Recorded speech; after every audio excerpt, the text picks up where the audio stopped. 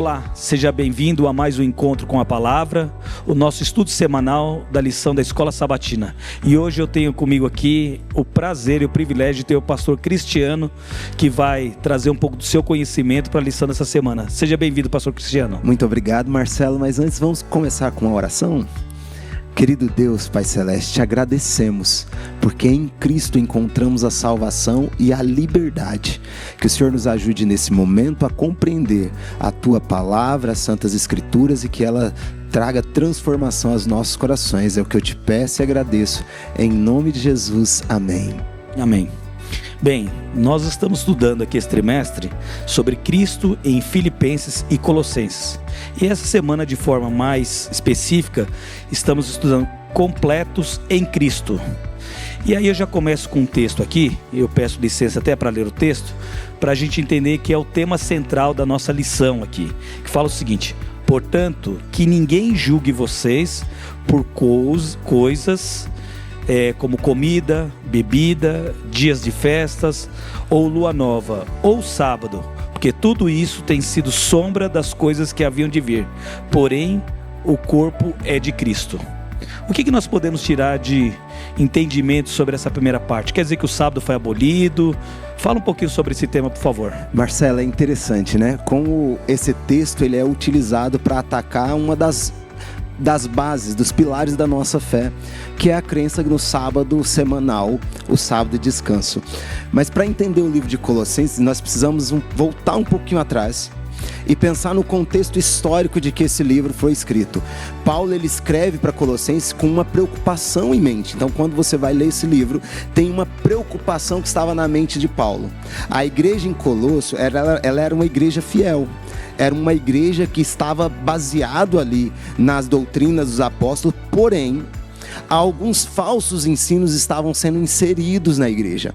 Ensinos esses ligados a ideias de filosofias, misticismos, cultura pagã, mas também as próprias festas e as próprias compreensões da vida judaica. E Paulo, ao olhar para aquilo, ele olha para a igreja de Colosso e fala assim: toma cuidado. Tomem cuidado, porque está vindo uma onda de coisas que estão diminuindo o poder de Cristo. E quando eu olho para esse texto ele quase que é autoexplicativo se você pegar o capítulo.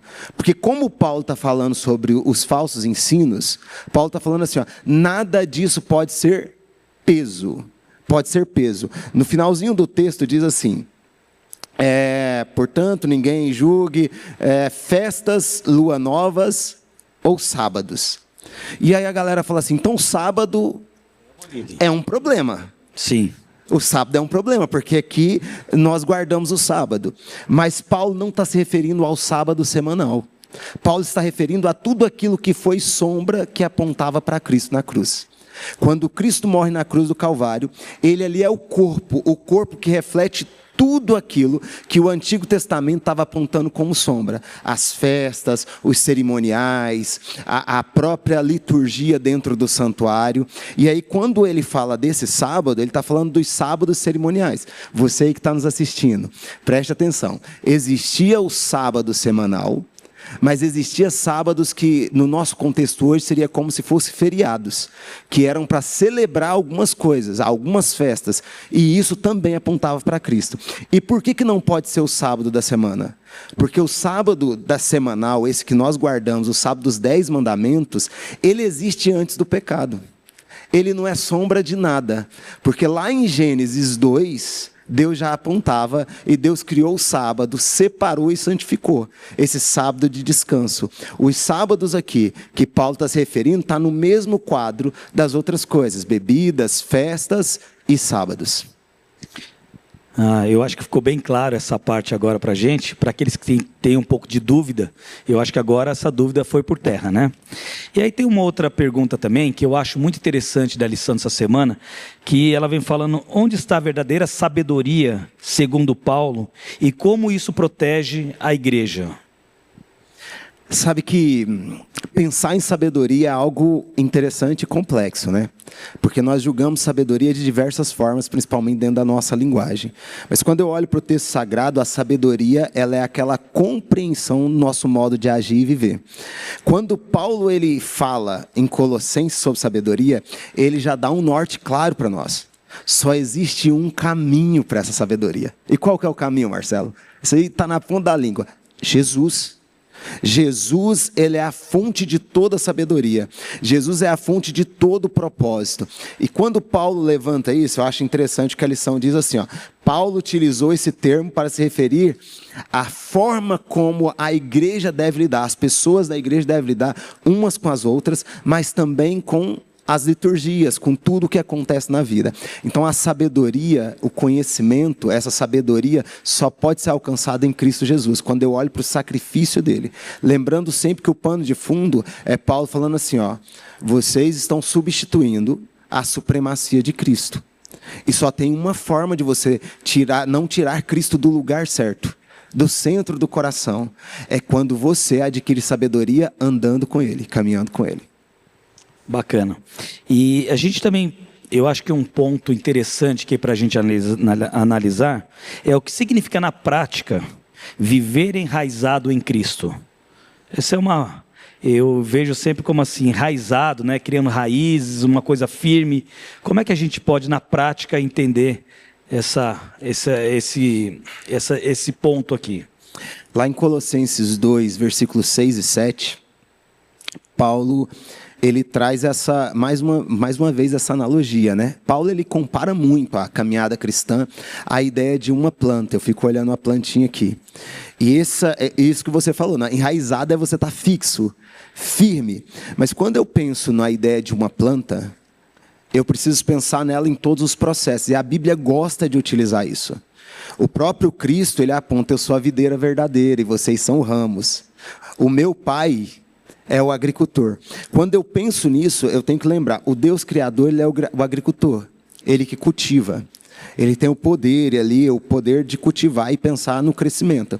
O crescimento vem por meio desse cuidado do agricultor, do jardineiro. E aí, quando eu penso nas raízes, a planta ela necessita de alguns nutrientes. Ela precisa de água, ela precisa de sais minerais. E isso ela encontra onde? No solo.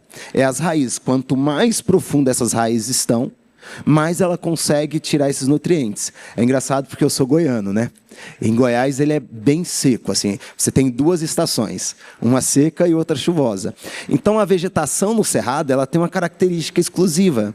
Elas são vegetações baixas, troncos retorcidos, cascas grossas para reter líquido, mas a característica mais importante de uma planta do cerrado é que as raízes são profundas.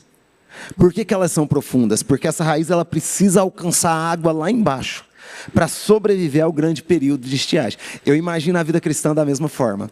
Quando Paulo traz essa analogia, ele queria trazer exatamente esse significado para nós. Vocês precisam estar enraizados lá no fundo, buscando água. E o próprio Cristo diz, eu sou a fonte da água, eu sou a água viva. E quando você busca essa água, qual que é a consequência de uma vegetação bem cuidada, que ela cresce enraizada, buscando nutrientes, água, lá em Cristo Jesus? O que vai acontecer com a vegetação natural? Ela vai frutificar. Ela vai frutificar. E os frutos, eu até anotei aqui, os frutos revelam a conexão que nós temos com Ele. E é exatamente isso que Paulo quer trazer para a igreja de Colossos. Ele quer falar assim, ó, a igreja de vocês é uma igreja marcada pela fé. E essa igreja ela é marcada porque ela está enraizada em Cristo. Então não abandone as raízes por filosofias, por doutrinas falsas, por conhecimentos humanos, por tradições de homens. Lembrei a palavra certa. Por tradições de homens. Porque a partir de agora, a partir de sempre, vocês são ligados a Cristo. E em Cristo vocês vão frutificar. Resumindo, quanto mais a gente estiver enraizado em Cristo, mais a gente vai conseguir suportar os ataques do inimigo. Se a gente tiver uma raiz superficial, nós não teremos condições de lidar com os ataques do inimigo, correto?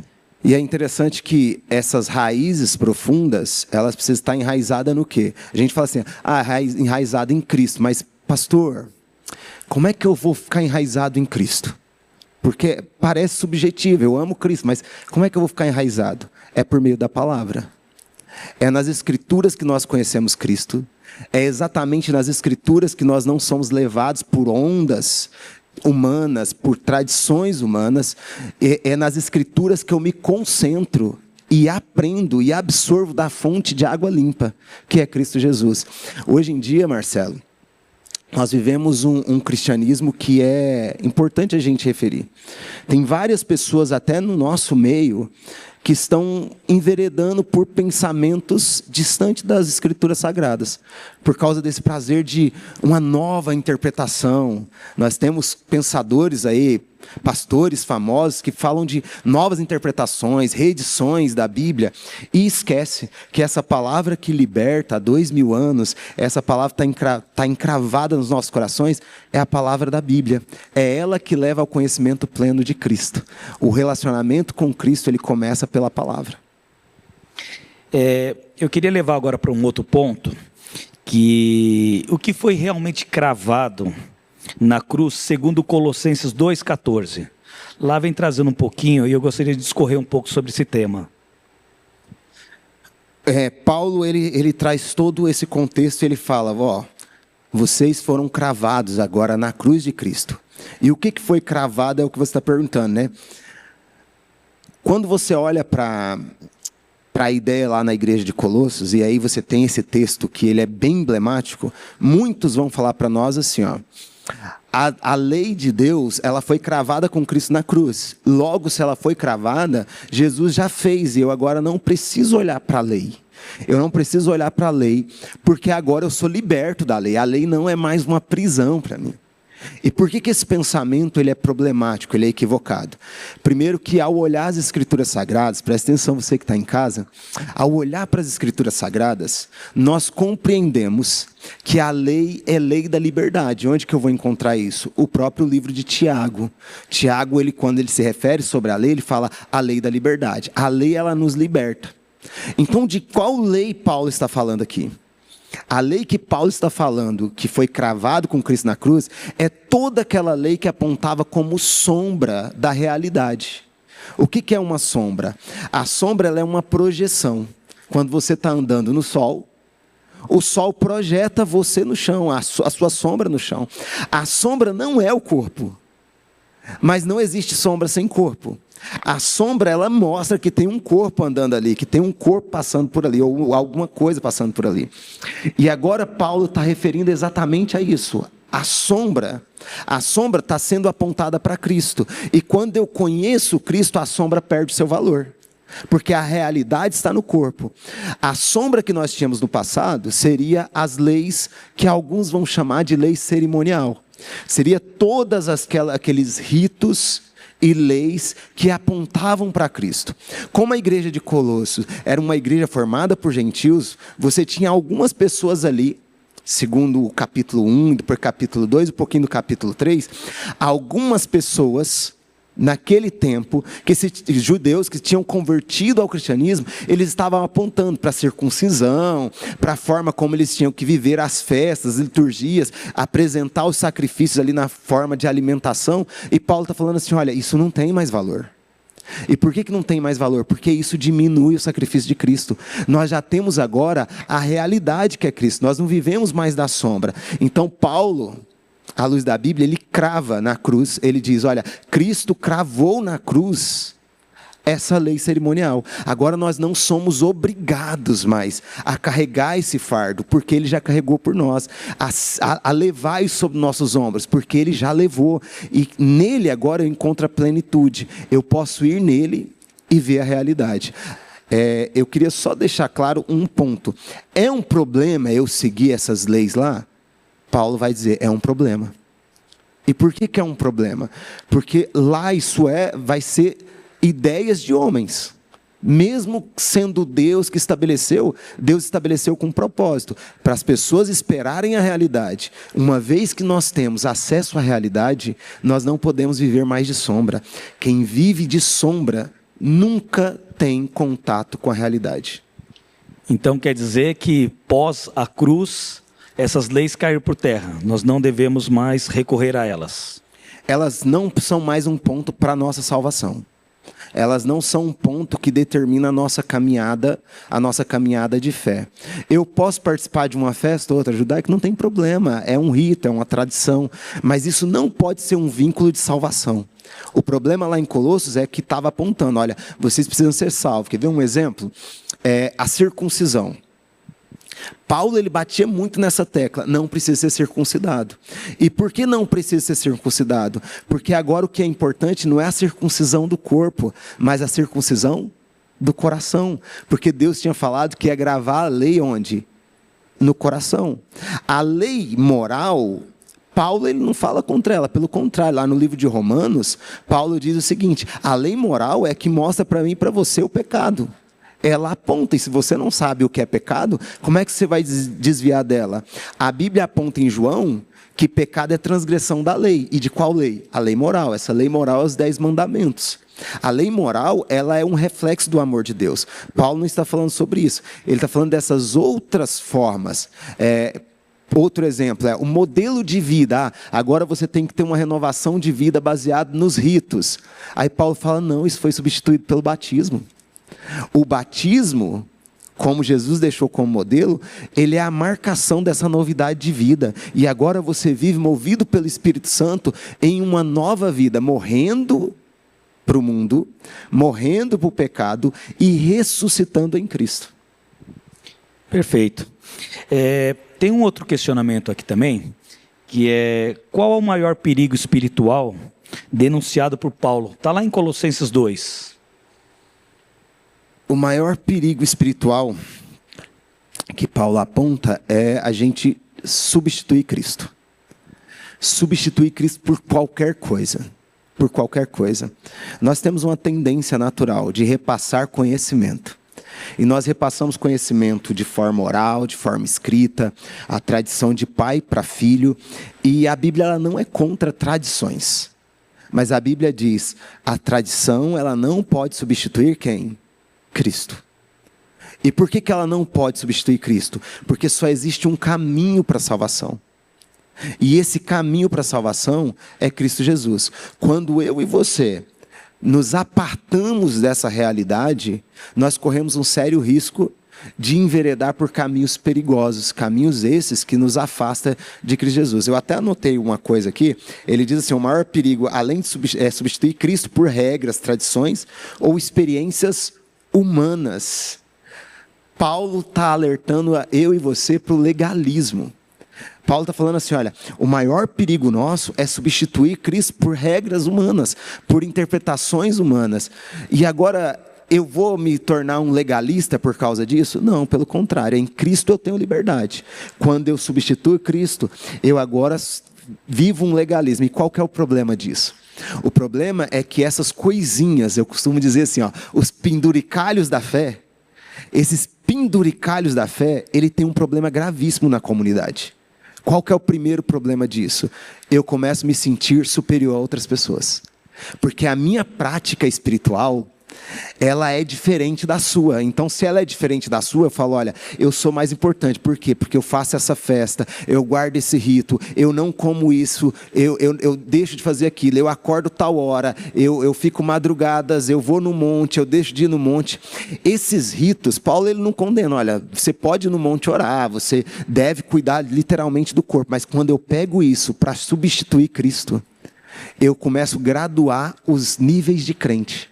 Os níveis de pessoas salvas por Cristo. E quando eu começo a graduar isso, a vaidade toma conta do coração. Então, o maior problema de substituir Cristo no texto de Colossenses 2 é você se sentir superior aos outros. E ao se sentir superior aos outros, basear sua relação com Cristo numa vida de formas e de tradições, a ponto de Cristo deixar de governar o meu e o seu coração. E isso é interessante que vira e mexe a gente se pega julgando as pessoas, né? E julgando as situações e nos colocando numa situação de eu posso falar sobre isso, a minha vida é uma conduta que que ela me dá subsídio ou me dá embasamento para eu poder fazer um julgamento das coisas. Isso é uma coisa muito errada, né? E Satanás trabalha muito com isso, para a gente se sentir autossuficiente de ficar julgando as pessoas, né? É exatamente isso, Marcelo. Se você pega assim, o resumo geral da lição, ela trabalha nessa direção. Gente, olha para Cristo. É como se Paulo tivesse assim, lá da prisão, porque Colossenses é uma carta da prisão. É como se Paulo estivesse escrevendo lá da prisão e ele falando assim, meus queridos, vocês têm vivido uma fé bonita. E as pessoas que estão tentando trazer tradições e normas, são pessoas fiéis. São pessoas tementes a Deus e elas tentam fazer da melhor forma possível. Só que está vindo coisas que afastam a igreja de Cristo. E aí Paulo, com amor, ele começa a instruir. Ele começa a escrever e falar assim, olha, na fé prática, na vida prática, a gente coloca Cristo e na caminhada Cristo vai mudando quem eu sou. Essa renovação, essa transformação que vocês tanto buscam, que vocês tanto anseiam, ela não pode ser confundida com performance espiritual. A gente performa demais. E as performances espirituais, elas não mudam o coração. O que muda de fato o coração é Cristo. Então olhe para Cristo e deixe Cristo governar o coração. Porque quando Ele governa o coração, vocês vão caminhando de uma forma tão clara e evidente que Ele vai transformando o seu modo de viver a tal ponto que você se torna parecido a Ele. Eu gostaria de voltar lá no tema de novo da nossa lição, completos em Cristo. Se a gente pudesse fazer um resumo, fazer um apanhado geral sobre a lição dessa semana, como é que seria esse apanhado geral, esse resumo de completos em Cristo? Marcelo, a lição já leva a gente a entender que não tem como nós sermos completos sem Cristo. E o que isso envolve dizer? Eu gosto muito quando o sábio Salomão diz que Deus colocou a eternidade dentro de nós. Um ser finito, com a eternidade dentro, é um ser nunca satisfeito. Você já reparou, você que está em casa, que nós nunca somos satisfeitos. Sempre falta algo.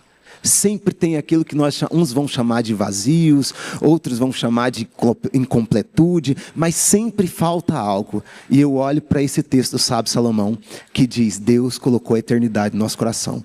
Só tem uma forma de sermos completos. Nós só somos completos em Cristo Jesus, em harmonia em Cristo Jesus. É por isso que na cruz, Deus harmonizou. O pecado tinha nos levado para longe, para distante. Na cruz, Deus estendeu a mão através de Cristo Jesus. Então, é o conhecimento da graça e do amor e a comunhão, que é a caminhada com Cristo, que faz eu e você sermos completos nele. Essa completude, eu não posso também ter a ilusão de que ela não é um processo. Ela é um processo. Ela é um processo que se inicia e ela só vai se completar quando Jesus voltar na santificação. Mas uma vez que nós estamos em Cristo, Paulo já alertava, nova criatura nós somos, sabe? Olha aqui para mim mais uma vez. Eu acho isso tão bonito, porque é exatamente olhando para a cruz de Cristo que eu reconheço quem eu sou.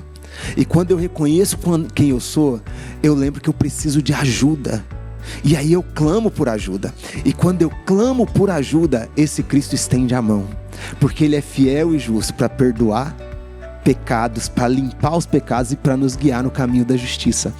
Esse Cristo que nos encontra, Ele nos completa.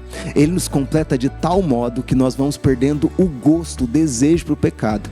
E à medida que vamos caminhando com Ele, nós vamos sonhando cada dia mais sermos parecidos com Ele. Isso para mim é a completa noção da caminhada cristã aqui nessa terra. Pastor Cristiano, muito obrigado por compartilhar conosco os seus conhecimentos aí, ajudar a esclarecer um pouco mais essa lição. E vamos terminar com uma palavra de oração? Vamos sim. Querido Deus, nós te agradecemos pela oportunidade de estudarmos a sua palavra.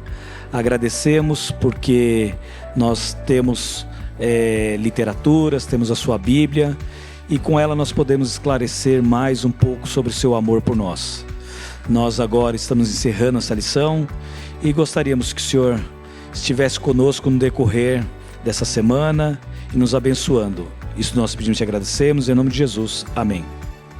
Bem, amigos, nós chegamos ao fim dessa lição. Nós queremos agradecer você por nos prestigiar aí, e na próxima semana estaremos de volta com o encontro com a palavra. Até a próxima semana.